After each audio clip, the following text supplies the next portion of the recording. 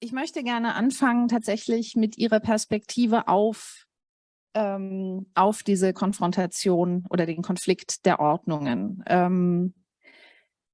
Und einsteigen möchte ich mit einer Frage an Tatiana VOROZHEIKINA über den russischen Autoritarismus. Was ist der Grund, was liegt im Zentrum dieser autoritären Regression, die wir in Russland schon seit langen Jahren ja beobachten, auch in Belarus, aber fokussiert jetzt in Russland? Und was sind heute eigentlich die richtigen Begriffe, um diesen russischen Autoritarismus zu beschreiben? Tatiana.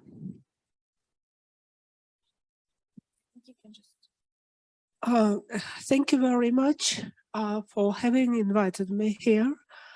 It's an honor to speak in Germany and in these circumstances, and I'm grateful to the DGO and to the Europa, which published my text. And so I the first part of the question is what lies at the heart of the authoritarian regression.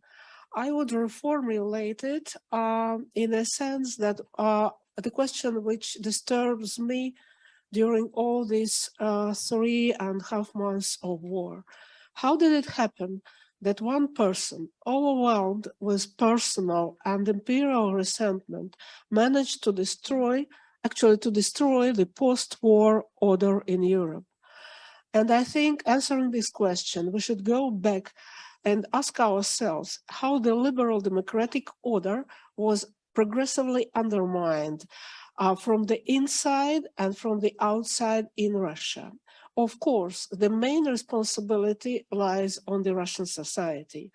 Yesterday, some people talk about, well, I would say collective responsibility and individual guilt. Not going into this question, I think that we can speak of the collective responsibility of Russian society for the regime and for the war it unleashed in Ukraine. My first point is that the main factors of this authoritarian regression in the last 30 years in Russia were: the first thing is the way Russian society and the economy was being transformed in the 90s without taking into account real interests of the majority of the society, and just forcing the new order, the new economic order was forced on it upon the society by the ruling class and by the people who call themselves Democrats and liberals. It was not, it's very important that it was not a matter of objective predestination.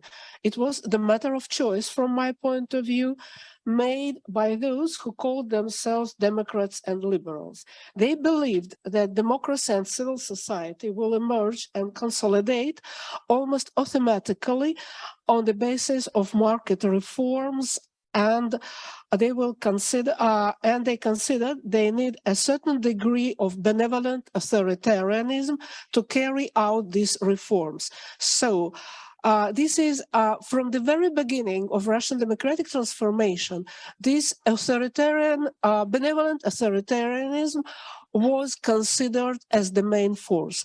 The second major factor is the Chechen War, which was unleashed by the democratic regime. This war eventually turned violence and violent decisions into the fundamental principle of the Russian political regime. I would put it like this: Bucha and Irpin had their predecessors in Samashki, Komsomolsk, Novoaldy in Chechnya. But as in the 90s and the beginning of the 2000, well, Russian society didn't put it into the center of attention. It was a sort of blind spot, the Chechen war. So I'm greatly afraid that Ukrainian war turns into the blind spot for the Russian society, because it's very painful. And as I can see, being a reader of major Western newspapers, into the blind spot of the international attention. And I would say that Putin, as authoritarian leader, emerged from the Chechen War and was appointed as a guarantor of the established system of political and economic power by Yeltsin and the part of liberal establishment. My third point is that Putin increasingly used violence. This foundational violence he came with against Russian civil society during his 20-something years in power. And the fourth major factor is the imperial resentment, which always are present in the core of what rested from the Soviet or from the outbreak of the Soviet Union and was called Russian Federation. And the society, and so this imperial resentment in the society was additionally nourished by a strong feeling of economic and social frustration in the 90s. And Putin used it at maximum and he was creating, we could say that Putin was, as an authoritarian leader, was created by a considerable part of Russian society and was incrementally shaping this society. But unfortunately, this is not the whole list. It was not mainly the Russian society and even the Russian business who supported this regime economically and to a great extent politically. International corporations, German in the first place, who were interested in cooperation with the Russian authorities. Then former and acting Western politicians who didn't hesitate, or I would say didn't squeamish, to integrate the boards of Russian gas and oil companies. They did it despite Chechnya, despite Georgia, despite growing internal repression, despite annexation of Crimea. Then it was not Russian society, actually, who gave the Russian authoritarian regime and in a broader sense, the Russian political class, the possibility to keep their fortunes in the Western financial institutions and Western real estate. Thus, I would say, making Russian elites the possibility of keep their fortunes abroad made Russian elites practically immune to the internal political and social pressure. Thus, finishing this part of the question, Putin and his regime is a product of common making, and the responsibility is combined, being Russian responsibility in the first place. And I would say that at the heart of this regime, of the heart of authoritarian regression, from the mid-90s is the self-preservation of power, which is based on the union of authority and property, where the political authority, as is at the same time and personally, is the owner of the most profitable economic assets. What are the adequate terms to describe Russian authoritarianism? Sabine named four terms, four concepts: autocracy, dictatorship, totalitarianism, and fascism. I had a big discussion in an article published in the Europa in 2018, so I will be very, very brief.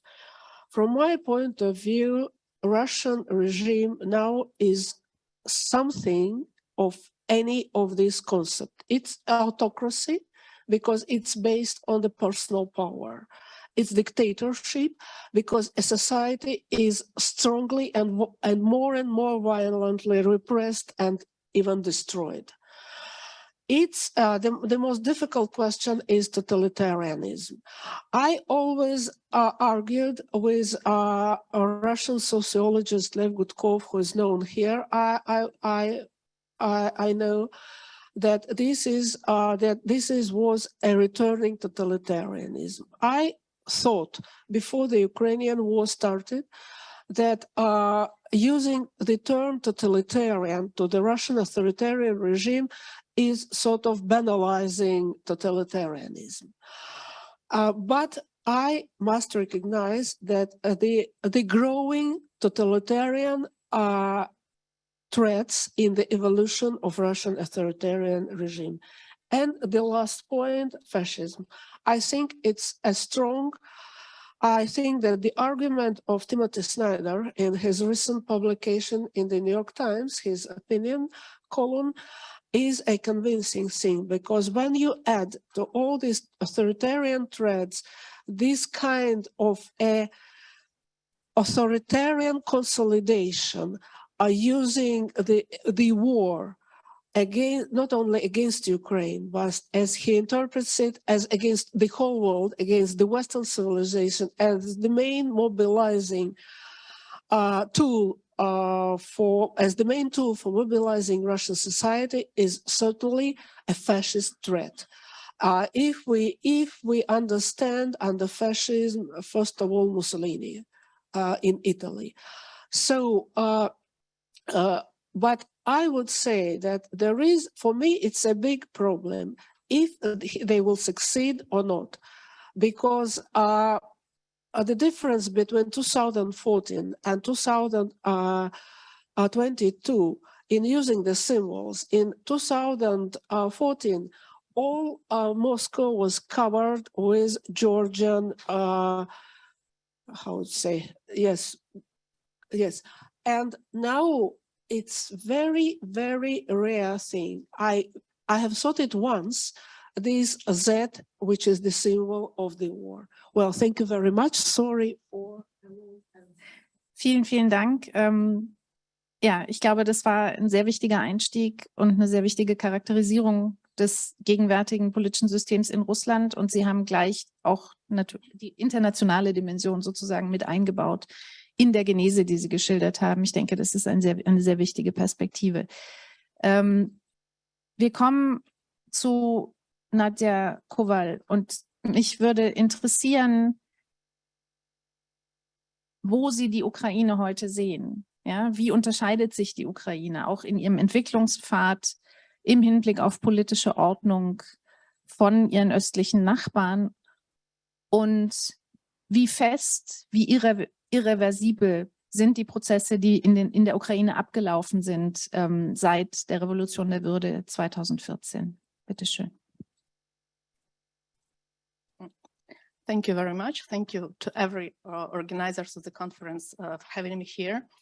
And yesterday it was a very interesting and inspiring opening to the conference. And in particular, we were speaking a lot, especially in the keynote lecture, about very, very different broad analogies with other conflicts, both geographically and historically. But I think the one point that we actually underrated a bit in our yesterday discussions was this strictly bilateral dimension of the conflict between Ukraine and Russia, which in my opinion boils down to two issues: control over territory and control over identity. Yes, as we remember very well, the preparation to the war started in June, July last year with Vladimir Putin writing an article on historical unity of Ukrainians and Russians, which actually put Ukraine as some kind of aberration that has no right to exist, like providing I know, theoretical grounds, let's say, for this war. So when we have identity as a very, very important part of this conflict, when we have this, the tries to erase or assimilate this identity, differentiations become very, very important. And to a large part, the fight of this war is a fight about the differentiation of Ukraine and Russia. When we speak about culture and history, it's always very, very difficult, for example, for Western audience to dive into some historical minutiae of what actually the relation between Ukraine and Russia has been throughout the centuries. But what is most visible on the level of differences is actually political values, and which in their turn define the political orders yes, when we look to different data like Freedom House indexes or I don't know, World Value Survey, this is very, very visible that Ukrainians and Russians, at least politically, have very different sets of values which found their orders. And the most important difference here is on the axis between order and freedom. While Russians, as a people, value order much more than freedom, Ukrainians do vice versa. And this is, of course, also, while we have an important share of common history, inside this history, we have very, very different structural positions. We have very, very different experience, narratives and such. And when then we come to the current political order on Ukraine, it would best be explained as a kind of a non-consolidated democracy. Because when we take these two axes of democratization and freedom, on which Ukraine fares quite well, we also have another axis of state potential, of state building, where Ukraine fares not so well. This is all reflected also, for example, in the low trust for state authorities, which is a problem for state building, for example, and development. And on the other hand, it is very, very helpful since the beginning of independence to remain probably the single big country in the whole post-Soviet space which has had rather free elections, which changes its government regularly and works towards this change of power quite nice, but still it has many deficiencies in its internal order. It still needs a lot of reform.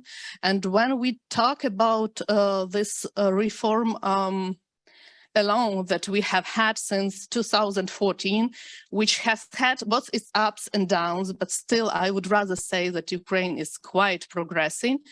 And thinking of the question if it's reversible, of course, no democratization is irreversible. You can always have progresses and you can always have setbacks. You have witnessed it in Ukraine during the last 8 years of the war, for example, on different levels of reform and rebuilding the state. But I think as we have all those fundamental values, which took decennies, it's not centuries to form, it would take also decennies, it's not centuries to change these values.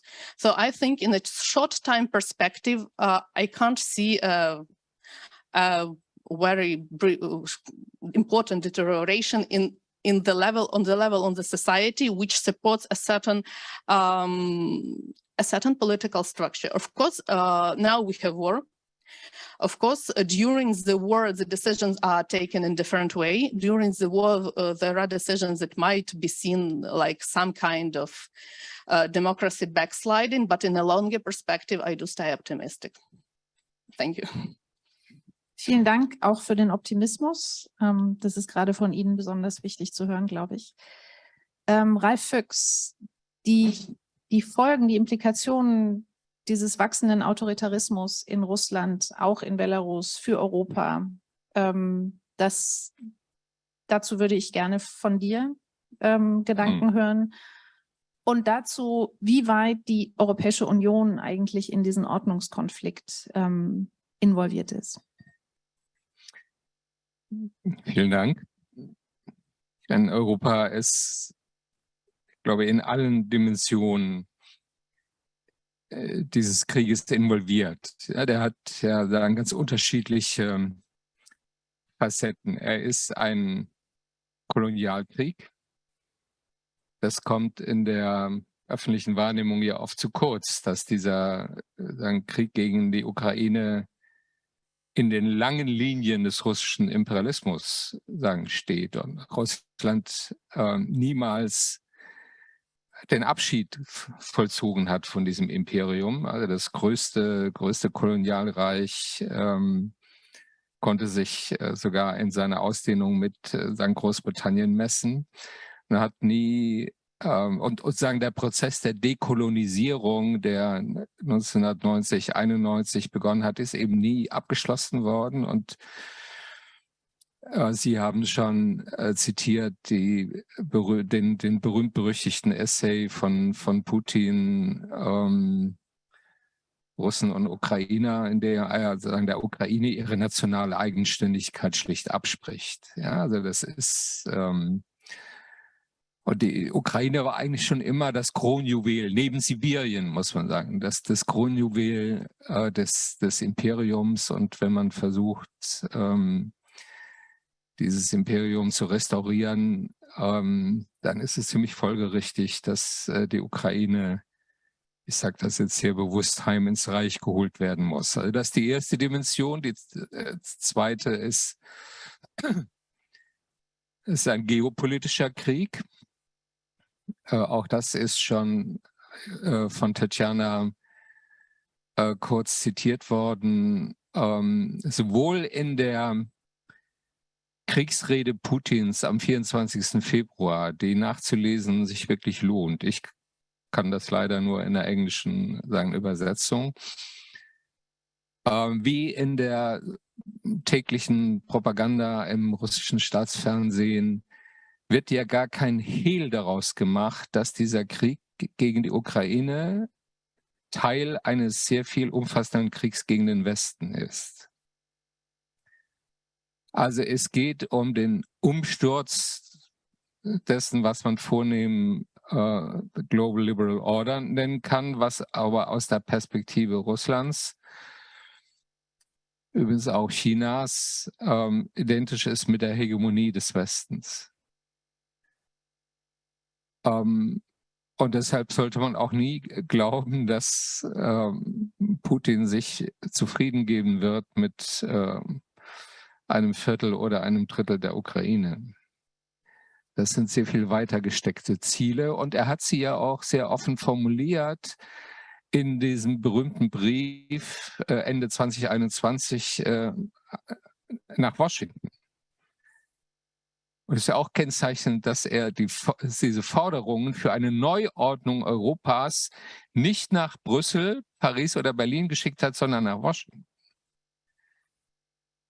Also im Grunde Revision der NATO-Osterweiterung und den Abzug der amerikanischen Atomwaffen aus Europa, was bedeuten würde, die absolute militärische Dominanz Russlands. Und die dritte Dimension ist, dass dieser Krieg auch Teil ist einer globalen Auseinandersetzung zwischen Autoritarismus und Demokratie. Und in all diesen drei Dimensionen ist Europa nicht Zuschauer. Also die Vorstellung, wir könnten diesen Krieg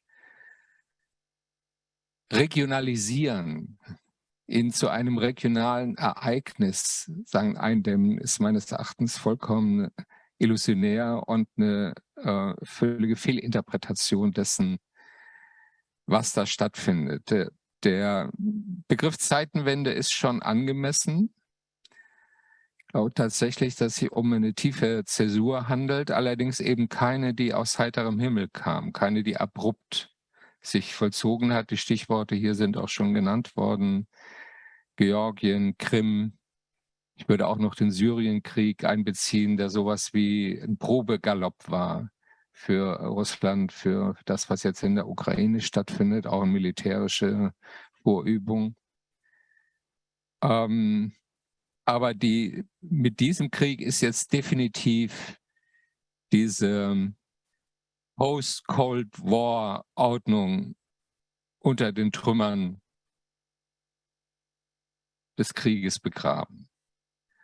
Und was daraus hervorgeht, wissen wir noch nicht. Das hängt sehr stark natürlich vom Ausgang dieses Krieges ab. Ich finde den Begriff Clash of Orders ist wirklich sehr angemessen, weil es tatsächlich auch um völlig unterschiedliche Ordnungsvorstellungen geht. Im Grunde um eine Rückkehr zum Recht des Stärkeren. So, das eine Welt.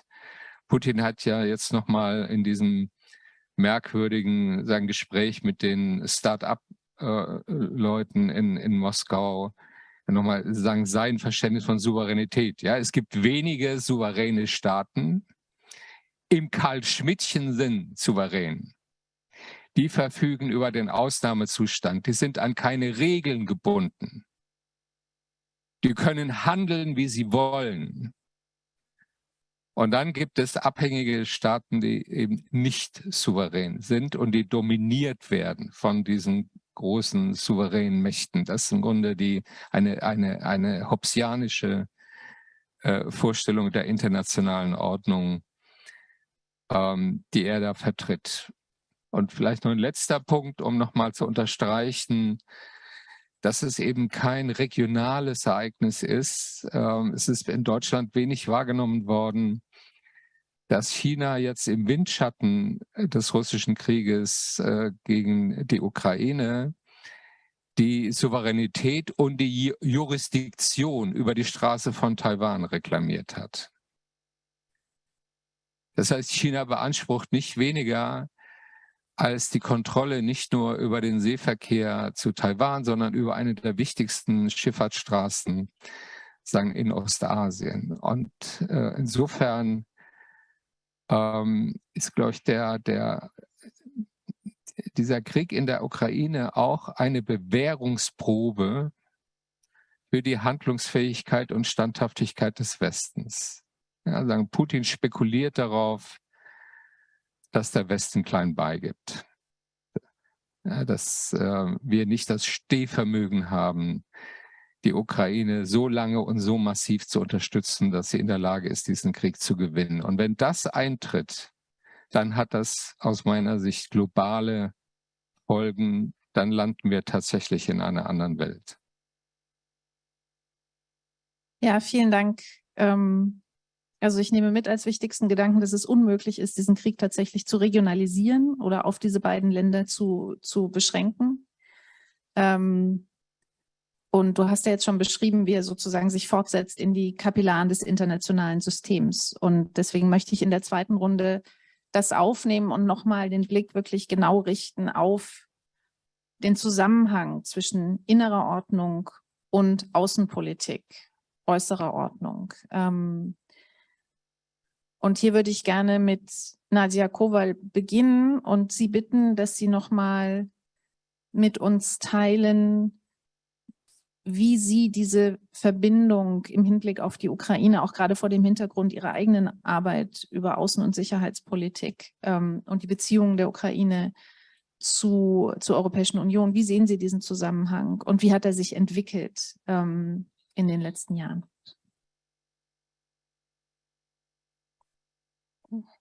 Actually, in the case of Ukraine, the relation between the internal political order and its vision of its place in the regional or global political order, they are quite interlinked, I would say. And it's very interesting to look at since 2013, 2014, because since that time we have two very important agenda points which are closely intertwined. This is European integration and internal reform. And this is very funny and visible in the naming of the events that unfolded in 2013, 2014. They are called either Euromaidan, stressing more the international dimension, exactly the Ukrainian society non-accepting any divergence from the pro-European, pro-Western path.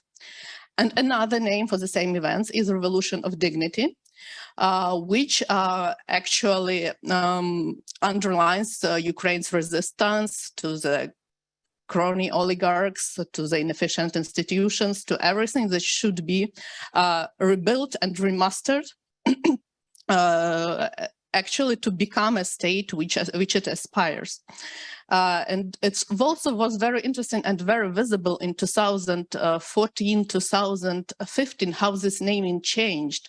For example, when just Ralf was talking about the regionalization of the conflict, when actually the general political line from the outside, external, was actually to contain this conflict regionally, like to insist that we are just dealing with some pro-Russian separatists in Eastern region, that European agenda is not that important and you guys should only concentrate on your reform agenda. Many Western ambassadors tried to change their wording and spoke about revolution on dignity only. So we have seen that this tried to partially appease Putin and contain the conflict to annexed Crimea and occupied Donetsk and Luhansk region. It didn't work with this war. And what is more important, what we have seen throughout 2014, 2022, that association agreement, which was signed in 2014, it showed a big gap. It showed a huge gap between commitments that Ukraine took on itself to reform the state from within and the capacities it had on the level of institutions. And it is very interesting how since 2014-15 a whole reform architecture was built in Ukraine with the help from the West, with the help from European Union and biggest countries, because you can't treat one without treating another. You can't go to the West to integrate without changing, without reforming your internal institutions. But you can't reform your institutions on your own without clear commitments from your partners, at the very least, on your future accession and in a more ambitious setting for some help, be it structural, financial, and counseling, and so on and so forth. And this is the reason why from the first days of the war, like on the February 28th, it was the first date of the war, Ukraine has already deposited their desire to become to have the candidate status. And this is why it fights, all the Ukrainian diplomacy fights fervently to get this candidate status on the June 23 to June 24 without any provision, because this would show that the path we have chosen since the beginning of the 90s, that it has sense, that we can have at least this symbolic and practical help, and that countries we are trying to align ourselves with, they support this regional order, they support this liberal order, and they are ready to defend it, because I do agree that this is a fight on very many levels, on orders of internal orders, of liberal order and authoritarian order, but for this order to prevail, for this order to be saved, and probably not only saved and developed in the future to become more resilient to such incursions like we see from Russia on China, it should be defended in all the countries that share this order and cherish this order. Well, that would be my input on the question. Ja, vielen Dank. Ich glaube, das hat nochmal klar gemacht, wie eng und tief gerade diese beiden Dimensionen in der ukrainischen Politik miteinander verwoben sind. Ralf, vielleicht könntest du noch mal mit uns teilen, wie du die Antworten von Seiten der EU, aber auch Deutschlands siehst bislang. Also wir haben jetzt schon einiges an kritischen Punkten auch gehört, sowohl von Tatiana VOROZHEIKINA als auch von Nadiia KOVAL. Gestern war Olaf Scholz gemeinsam mit Draghi und Macron und dem rumänischen Präsidenten, man könnte sagen, endlich in Kiew. Wir bewegen uns hin auf die endgültige Entscheidung der Frage über den über den Kandidatenstatus für die Ukraine. Wie siehst du den Weg, den europäische Politik genommen hat, vor dem Beginn der neuerlichen Invasion und seit dem 24. Februar? Vielen Dank, Sabine. Wenn du gestattest, würde ich gerne noch 2, 3 Sätze im Anschluss an Nadiia sagen, weil ohne jetzt in Reiseberichte auszubrechen, ich komme ja gerade zurück aus der Ukraine. Also wir waren in Kyiv, haben da sehr viele politische Gespräche geführt und wir waren 2 Tage in Kharkiv und kennen ja das Land auch schon ein bisschen länger. Ich will es vollständig teilen, diese Einschätzung, dass die Ukraine seit 2014 einen sehr weiten Weg gegangen ist. Und die treibende Kraft tatsächlich die Zivilbevölkerung war. Und wenn man das heute erlebt, das war am eindrücklichsten hier in Kharkiv, das Ausmaß an zivilgesellschaftlicher Initiative, an freiwilligen Aktivitäten, sowohl für humanitäre Hilfe, für die Ausgebombten, für die Flüchtlinge aus dem Donbass, aber auch zur Unterstützung der Armee. Die Zahl der Freiwilligen, die sich jetzt für die Front melden, Männer und Frauen, das ist die Selbstverteidigung einer Gesellschaft, die sich auf den Weg nach Europa gemacht hat und die sich daran nicht mehr hindern lassen wird. Und gerade im Osten, ich war 2014 in Kharkiv und in Donetsk und Dnipro und noch so, und dann im Donbass, da hatte man noch so das Gefühl, na, es steht auf der Kippe. Und es gibt auch starke pro-russische Kräfte im Osten. Und das ist komplett anders jetzt. Ja, also es gibt ein Maß an, ich würde sagen, ukrainischem Patriotismus, der durch diesen Krieg nochmal enorm gestärkt wurde und der pro-europäisch ist. Das ist das Besondere. Es ist eben kein Nationalismus, der sich separiert, sondern der pro-europäisch und pro-demokratisch ist.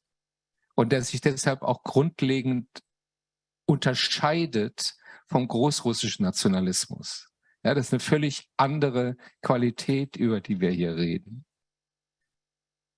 So, und jetzt zu Deutschland. Ich meine, das kennen Sie doch alle in der Debatte. Ich scheue mich jetzt so ein bisschen zu wiederholen, die Auseinandersetzung aus den letzten 3 Monaten. Dass jetzt Scholz sich durchgerungen hat, den Kandidatenstatus der Ukraine zu unterstützen, ist gut, ist auch überfällig. Aber wenn er das ernst meint mit diesem Slava Ukraini, die Ukraine muss leben, dann muss die deutsche Politik sich sehr verändern und nicht nur einen Schritt, sondern gleich mehrere Schritte nach vorne bewegen. Das gilt natürlich vor allem für die Frage der Waffenlieferungen. Ich meine, dieser Krieg geht jetzt, ich glaube, 113 Tage und es sind bis heute keine schweren Waffen aus Deutschland in der Ukraine eingetroffen. Bis heute. Und der Charakter des Krieges hat sich vollständig verändert gegenüber den ersten Wochen. Das ist jetzt eine klassische Materialschlacht im Stil des Zweiten Weltkriegs, in der Artillerie entscheidet, Raketenwaffen, also Distanzwaffen, in der die russische Luftüberlegenheit gebrochen werden muss mit den Angriffen sowohl gegen die Zivilbevölkerung, aber natürlich auch gegen die ukrainischen Stellungen. Die Zahl der Opfer ist enorm. Inzwischen hat ja aus der Zelensky-Administration sind ja Zahlen genannt worden, 100 bis 200 Gefallene jeden Tag. Wir haben Zahlen gehört, die in Richtung 15.000 gefallene Ukrainerinnen gehen. Das müssen Sie dann nochmal mit 2 bis 3 multiplizieren, was die Zahl der Verwundeten betrifft. Es gibt mehrere tausend ukrainische Kriegsgefangene in den Händen der Russen, über die kaum jemand spricht. Ich will sagen, die Lage ist dramatisch. Und mein Eindruck ist immer noch, dass diese Dramatik nicht richtig angekommen ist in Berlin. Dass wahrscheinlich die nächsten Wochen darüber entscheiden werden, ob die Ukraine militärisch standhalten kann und sogar in die Lage versetzt wird, zu einer Gegenoffensive überzugehen, die russischen Truppen im Donbass zurückzudrängen, zumindest hinter die Linien des 24. Februar, vielleicht noch ein Stück darüber hinaus. Oder ob die Ukraine ausblutet. Menschlich ausblutet, aber auch ökonomisch. Die ökonomische Lage ist ja auch dramatisch. Ja, ein Einbruch des BIP um 40%, 10 Millionen Flüchtlinge, viele Industriebetriebe zerstört, systematisch, Infrastruktur zerstört. Ja, wir machen uns, glaube ich, keinen wirklichen Begriff von der Dimension dieses Krieges. Und da ist es nicht damit getan, ab und zu mal ein paar Waffen zu liefern, sondern da braucht es jetzt eine kontinuierliche, innerhalb der NATO abgestimmte, kurzfristige und mittelfristige Ausrüstung der ukrainischen Armee, damit sie diesem Materialkrieg standhalten kann. Und sie braucht die gleiche Art von Waffen, mit denen sie angegriffen wird. Und wenn wir das nicht machen, die Bundesrepublik ist da Gott sei Dank nicht der allein entscheidende Faktor. Letztlich läuft es sowieso auf eine Allianz von USA, Großbritannien, Mittelosteuropäer, baltische Staaten hinaus. Das sind diejenigen, die bisher die Ukraine überhaupt militärisch am Leben gehalten haben. Aber wenn wir dazu nicht bereit sind, ja, unser ganzes Gewicht in die Waagschale zu werfen, damit die Ukraine standhalten kann, dann wird sie irgendwann gezwungen sein, einen Frieden zu russischen Bedingungen oder einen Waffenstillstand, nicht einen Frieden, einen Waffenstillstand zu russischen Bedingungen zu akzeptieren. Und dann kann Olaf Scholz sagen, solange er will, wir schreiben der Ukraine nichts vor, was sie am Ende akzeptiert als Teil eines politischen Arrangements. Die entscheidende Frage ist, machen wir die Ukraine stark in möglichen Verhandlungen oder muss sie diese Verhandlungen aus der Position einer verzweifelten Defensive führen? Und der entscheidende Punkt ist meines Erachtens neben dem Faktor Furcht, ja, dass die deutsche Politik sehr stark von Furcht getrieben ist, von Furcht vor Eskalation dieses Krieges, von Furcht eines nuklearen Armageddon, was ich für eine reine Gespensterdiskussion halte, ist der entscheidende Punkt, worüber wir in der ersten Runde schon gesprochen haben. Verstehen wir, dass das auch unser Krieg ist. Auch unser Krieg ist. Und nicht einfach nur der Krieg der Ukraine, die wir jetzt aus der Distanz mehr oder weniger unterstützen, sondern dass es um die Zukunft Europas geht, um die europäische Sicherheitsordnung und am Ende sogar um die nationale Sicherheit Deutschlands. Ja, vielen Dank.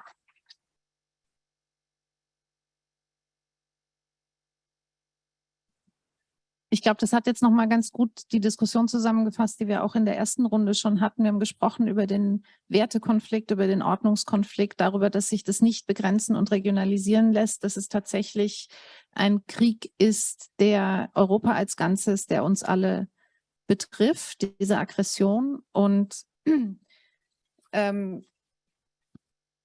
ich denke, es ist recht klar, dass diese Situation, also diese neue Konfrontation, dass sich das erst verändern kann, wirklich, wenn die russische Politik sich verändert, die russische Außenpolitik sich verändert. Und deswegen ist meine letzte Frage an Tatiana in dieser Runde: Was sind die Voraussetzungen für eine solche Veränderung der russischen Außenpolitik? Auch wieder im Hinblick auf den Zusammenhang, den wir diskutieren zwischen innerer Ordnung und Außenpolitik. Was muss passieren, damit die russische Politik gegenüber der Ukraine, gegenüber Europa, die Außenpolitik sich verändern kann?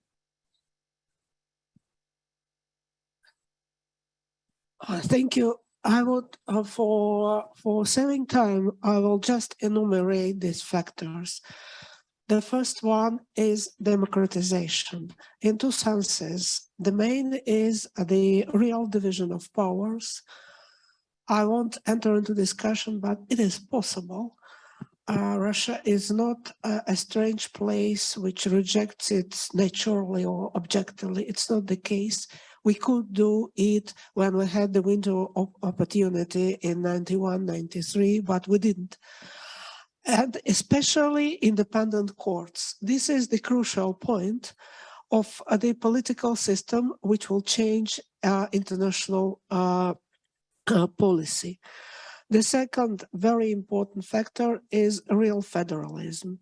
But here is a big historical question. Can the ex-empire be transformed into a federal state? We have no historical examples that this transformation can pass without a military crash, as it was in Germany or Austro-Hungarian Empire. The third point is the eradication of imperial resentment in the society, which is a very difficult and complex phenomenon, which I tried to present it.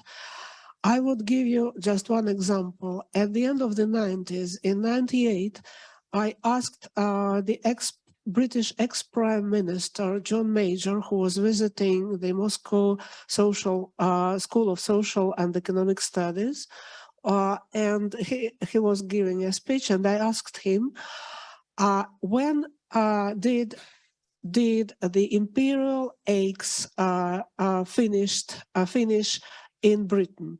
He looked at me and put it into the future. They will disappear when the last evidence of empire will disappear. So this is a long and very complex problem at the heart of the empire. Well, this is my answer. Okay, danke. Das ist natürlich ein sehr beeindruckender, aber auch deprimierender Schlusspunkt dieser zweiten Runde unserer Diskussion, weil auch klar ist, dass das unglaublich schwierige Prozesse sind und die Voraussetzung für eine Veränderung der russischen Außenpolitik ganz offensichtlich eine langfristige, tiefgreifende innere Transformation Russlands ist. Und wir können nur vermuten, wie schwierig und auch destabilisierend das eben auch auf Russland wirken kann in der Zukunft. Ich schaue auf die Uhr und entscheide hiermit, dass ich meine dritte Frage jetzt nicht mehr an das Panel direkt leite. Meine dritte Frage ist eigentlich eine ganz kurze, zurückgehend zum Titel unseres Panels, Kampf der Ordnungen. Die dritte Frage, ich stelle sie jetzt in den Raum als Beginn unserer offenen Diskussion, ist: Wer wird gewinnen? Dazu hätte ich gern im Restverlauf der Diskussion auch noch Kommentare von unseren drei PanelistInnen, aber ich möchte jetzt trotzdem erstmal den Raum öffnen und fragen, ob es Fragen, Kommentare, Beiträge aus dem Publikum gibt. Ja, bitteschön. Guten Tag, ist das ja auch? Können Sie mich hören? Ja. Guten Tag, Georg Jaster, mein Name. Ich bin Rechtsanwalt in Deutschland und Polen. Vielen Dank für die sehr interessanten Beiträge. Ich würde gerne eine Frage nochmal stellen, auch anknüpfend an gestern. Gestern war eine der einleitenden Bemerkungen, das ist kein Krieg von Russland gegen den Westen, das ist ein Krieg von Russland gegen die Grundsätze der Charta der Vereinten Nationen und der Menschenrechtskonvention, also gegen die internationale Ordnung. Das kam auch in Ihren Beiträgen raus. Das ist sozusagen die Vorstellung einer autoritären Weltordnung, in der es nur noch wenige souveräne Staaten gibt, die sich nämlich faktisch mit Gewalt durchsetzen können. Die Frage ist, gibt es da irgendetwas, worüber man reden müsste mit Russland, oder gibt es nur den Weg, massivsten Gegendruck aufzubauen? Vielen Dank. Ich würde gerne 3 Fragen sammeln und dann ans Panel zurückgehen. Moment, Andreas Heinemann-Grüder ist der Nächste auf meiner Liste. Jana, habe ich dich auch gesehen? Ja.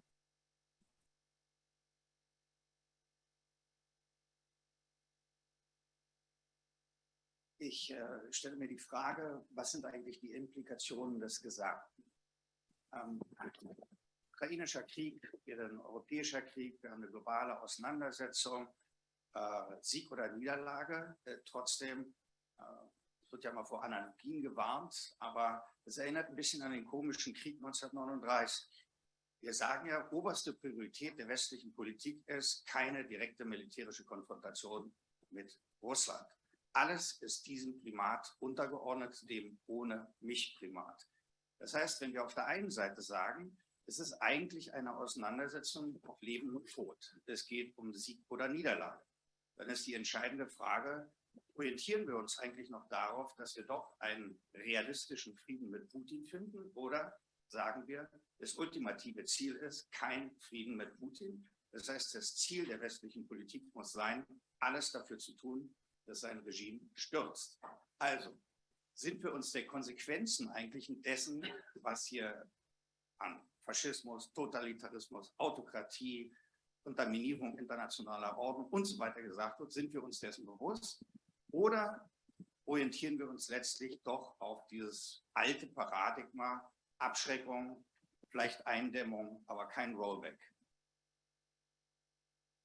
Dankeschön. Und dann habe ich Sie, genau, mit den jungen Mann mit dem blauen Hemd. Bitte schön.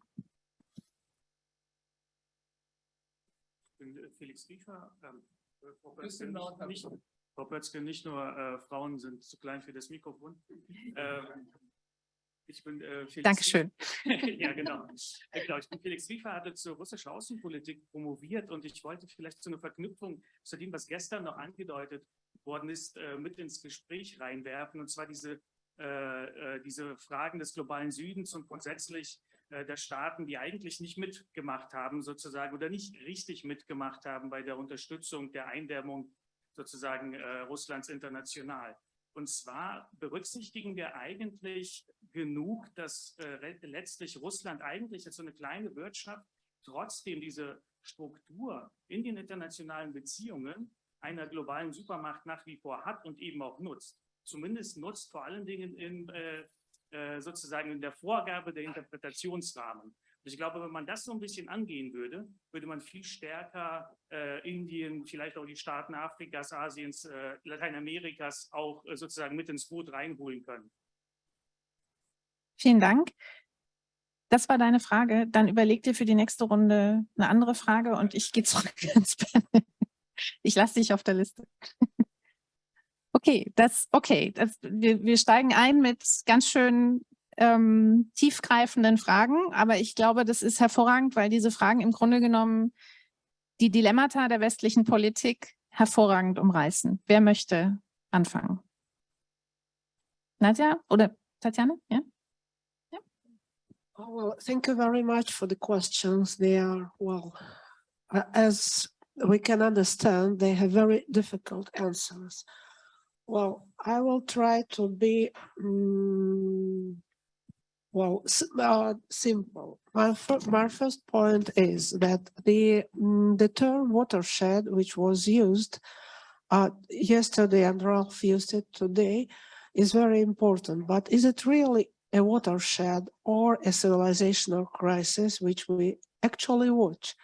Because as I feel that the world, the West, the Russian opposition to which I belong, is just watching well, with all the help, all the very valuable help of the West to economic, military help and political help, well, I have seen the press conference of four leaders of Europe yesterday. Anyway, we are watching Ukraine bleeding out, as Ralf put it, and which is my sentiment each of these 100 and something days. So what can we do? I mean that trying to answer the first question, I do not see any argument which can convince Russia. Russian regime, I would say, Putin's regime, because it's absolutely cynical. It doesn't believe that anybody can have real values, only interests, and all the talk of values is just a hypocrisy from their point of view. They don't share, they don't spare the lives of their own soldiers, as we can see, and they don't spare the lives of Ukrainians. This is horrible because they are devastating the country. They are destroying cities. They are killing population as if they just need a space. They don't need anything else. And a very important thing is the last question. I would rather say that according to The Economist, the situation is even worse than it was presented yesterday, in the sense that the countries opposing Russia, they produce 70% of global GDP, but they have only 36% of the population. And 2/3 of people of the world are living in the countries that are either neutral or Russian leaning. And they have a very serious questions to the liberal democratic economic order they were involved or they live, especially when they have China. I would put it very strictly that China is successfully undermining the two main doctrinal pillars of the modernization theory. The first one, that the market reform, which will sooner or later bring democratic transformation. It doesn't. And the second pillar is that only democratic regimes could create conditions favorable for successful economic development. It's not the case of China. So I'm, as a Latin Americanist, by my main profession, understand perfectly what is not only economic, but ideological influence of China, that there can be success on the other way. So I would one last thing, that this is, for my point of view, using the old Huntington's term, is the clash of civilizations. And we can see that Putin is not the only one. Yesterday, Irina Prokhorova already spoke of it, that growing authoritarian, nationalist and populist tendencies are in the West and beyond. I will just enumerate Trump, Marine Le Pen, Orban, Salvini, and we should include Bolsonaro in Brazil. And I would like to draw your attention on the very important election, which the second turn of it will happen this Sunday in Colombia, where the country will decide between the Colombian version of Trump and Bolsonaro, a person which appeared from nowhere, and the democratic left-wing politician who is trying for the third time to be president of this country, not as the leftist, but as the Democrat. So from my point of view, who will win, going back to your question, is an open question. I think, I hope that it depends, first of all, on the capacity of Ukrainian people to resist the Russian aggression, and mainly on the capacity of the West to support it with militarily and economically to the extent which is needed and in time, without delay. I am completely, I completely agree with what Ralf said at this point. It's unfortunately, it's an open question. Thank you. Vielen Dank. Wer möchte weiter? Nadiia?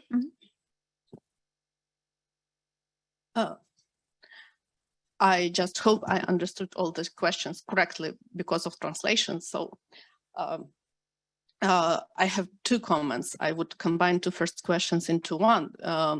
Actually, when we speak about this war as a war of Russia against the UN principles and against the global order or any other big frameworks that we put on it for, still in the physical reality, the war is fought on the ground in Ukraine, and this is strictly limited Ukrainian soil that has been shelled, bombed, erased in cities. Both colleagues already are reminded that in this new stage of the war, this is quite a brutal fight for the land, like the whole cities like Volnovakha, Popasna, Mariupol, maybe better known to you, are wiped from earth. Putin does not count neither the life of his soldiers because attackers die in numbers, nor the lives of Ukrainian soldiers. So this is very, very strictly about just gaining this territory and then on the captured land, erasing the identity. Then when we put the question who will win, again, there is still much more military potential in Russia. They have been preparing for this war for decades. They've used their profits from energy trade and from other sources to accumulate money, to rearm, to modernize their army. And now they're just throwing all this, both modern weapons, old Soviet weapons, to us. So this is still very difficult to say who will win, because to actually win, we will need the massive support, first of all, in arms from the West. But again, I just can say you who will fight, because as we frame it in Ukraine generally, not me personally, it's like on the level of civil polls in the society, as the war of extermination, and as the war you can't just give in and sign some armistice that, okay, you've stopped here near Kherson and you've got some more chunks of the Donetsk and Lugansk regions. So the fight will continue. I hope not to the last Ukrainian, hopefully. Counting on your help and support. And what counts for the global south? This is a very important question, and we've been dealing with it, actually. We have made a research on how this war is perceived, for example, in some countries of Africa and Latin America. And it's very clear that Russia, in its current foreign policy, looking for allies all around the world, decided to make less pressure on Western states, but instead to dive deeper into Africa, Latin America, Southeast Asia. And it's over-exploiting its narratives as a which it inherited from the Cold War, that we are actually a big anti-imperialist force that helps to fight global capitalism and something of the kind, that we helped you during the Cold War with, I don't know, to some with weapons, to some with industrial development, so on and so forth. They promise and sometimes give military help. They promise some investment. Here they can't match Chinese, of course, but they are working on that. And if you see what is written in African, because I just, mostly I worked with those which connected to Africa, newspapers, you see how easily Russian narratives are accepted there as true narratives. Yes, there is no counter narrative. There is in some countries such deep distrust to the West that they just take this narrative. It's most very visible, for example, in South African Republic on the level of government. Yes, even if we see the foreign policy concept of African National Congress, it's strange things what has been written there, both on Russian policy, both on Ukraine, Euromaidan and stuff. And so this is very important on two levels. First level is like operational.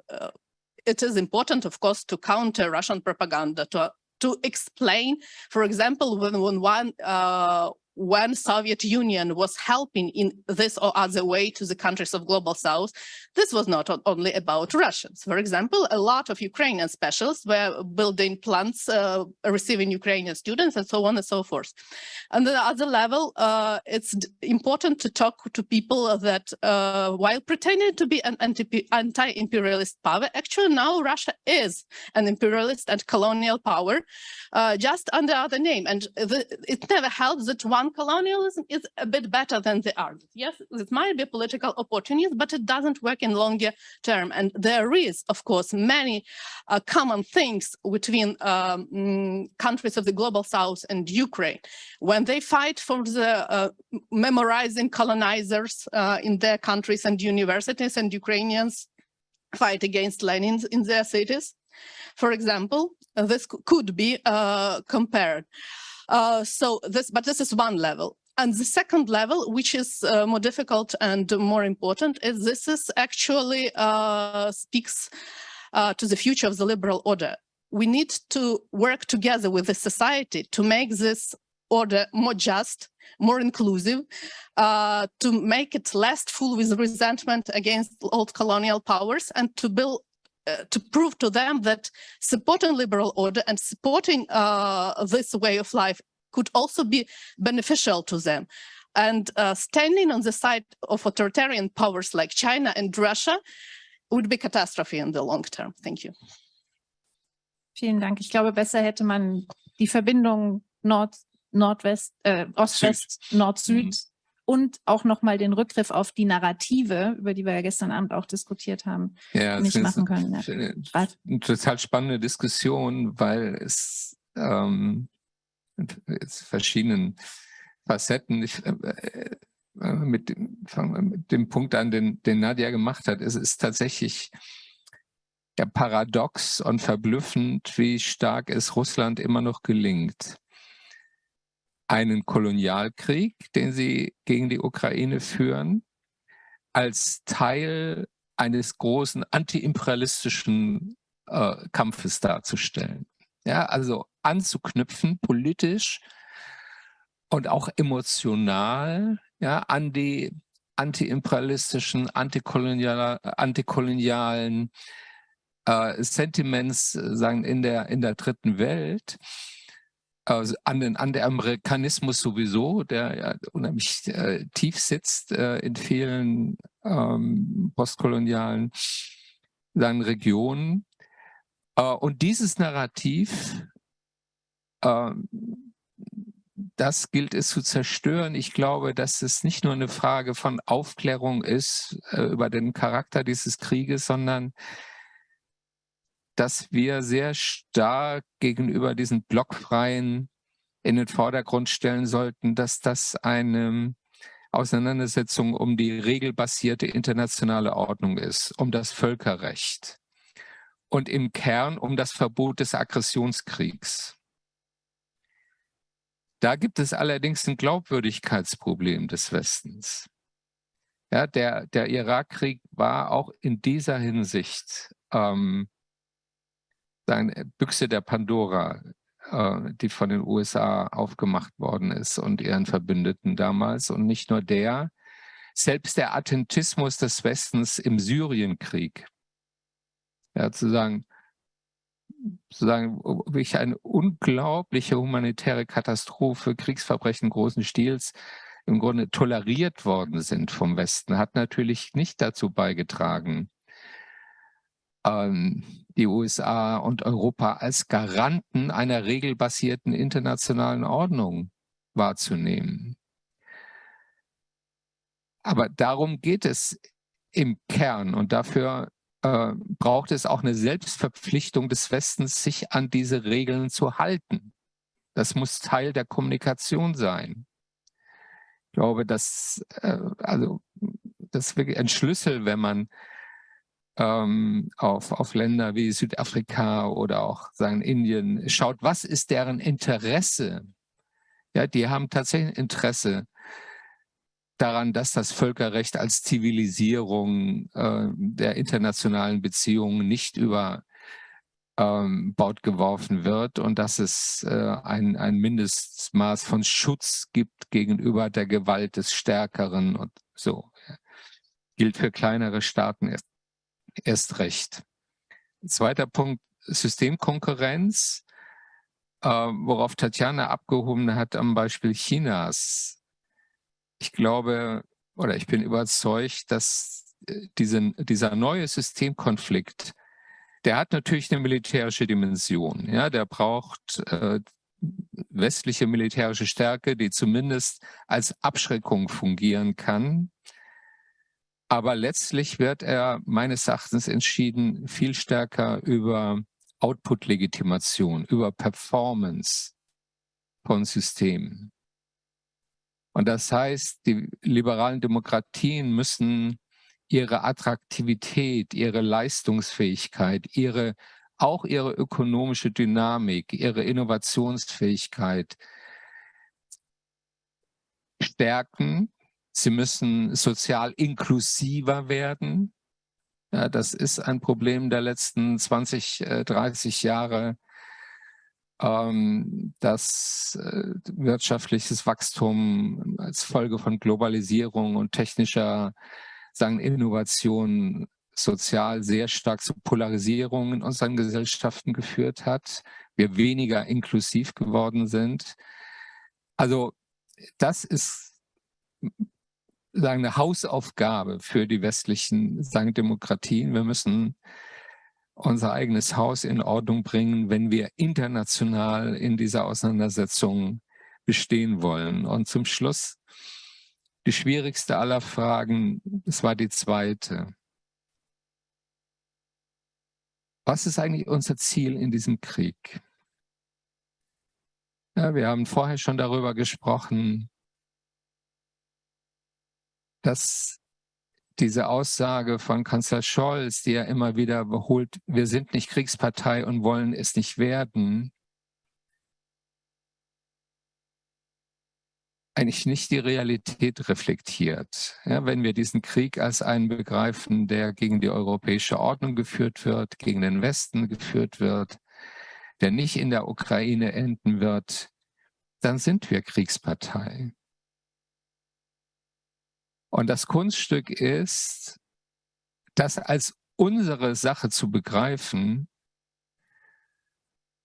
und angefangen von Waffenlieferungen bis zu finanzieller und ökonomischer Unterstützung unser Gewicht in die Waagschale zu werfen, dass die Ukraine diesen Krieg gewinnen kann, ohne in eine direkte militärische Konfrontation mit Russland zu geraten. Also Russland muss in der Ukraine besiegt werden.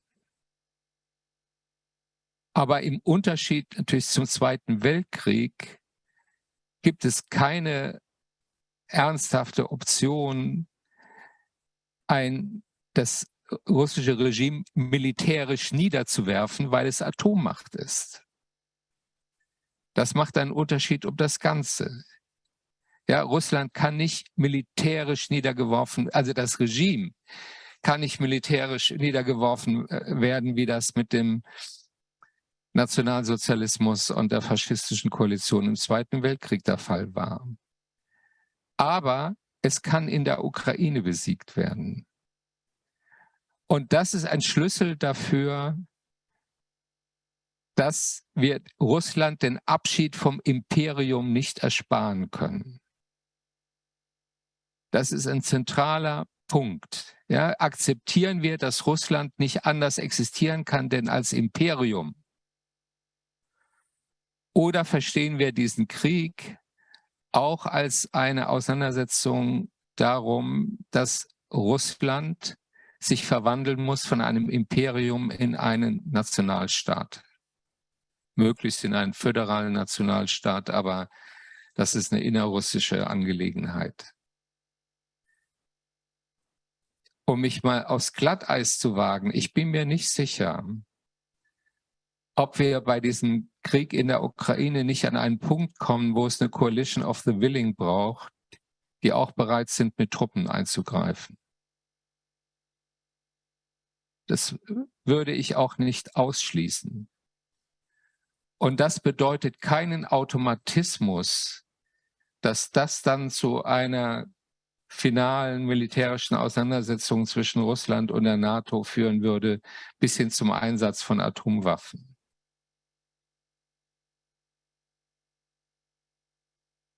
Russland ist nicht so stark, dass es eine umfassende Auseinandersetzung mit der ganzen Macht der NATO riskieren könnte. Und ich glaube auch nicht, dass im Kreml eine Bande von Selbstmordattentätern sitzt, die bereit sind, sich selbst in die Luft zu sprengen.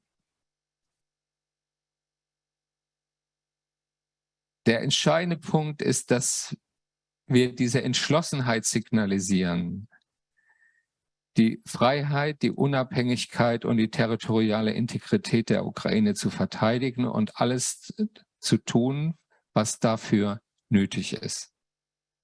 Danke. Ich bin dir besonders dankbar, dass du gerade diese Frage nochmal aufgegriffen hast. Sonst hätte ich die nochmal ins Panel zurückgespielt. Damit hast du auch einen Teil, aber nur einen Teil meiner Zeitprobleme gelöst.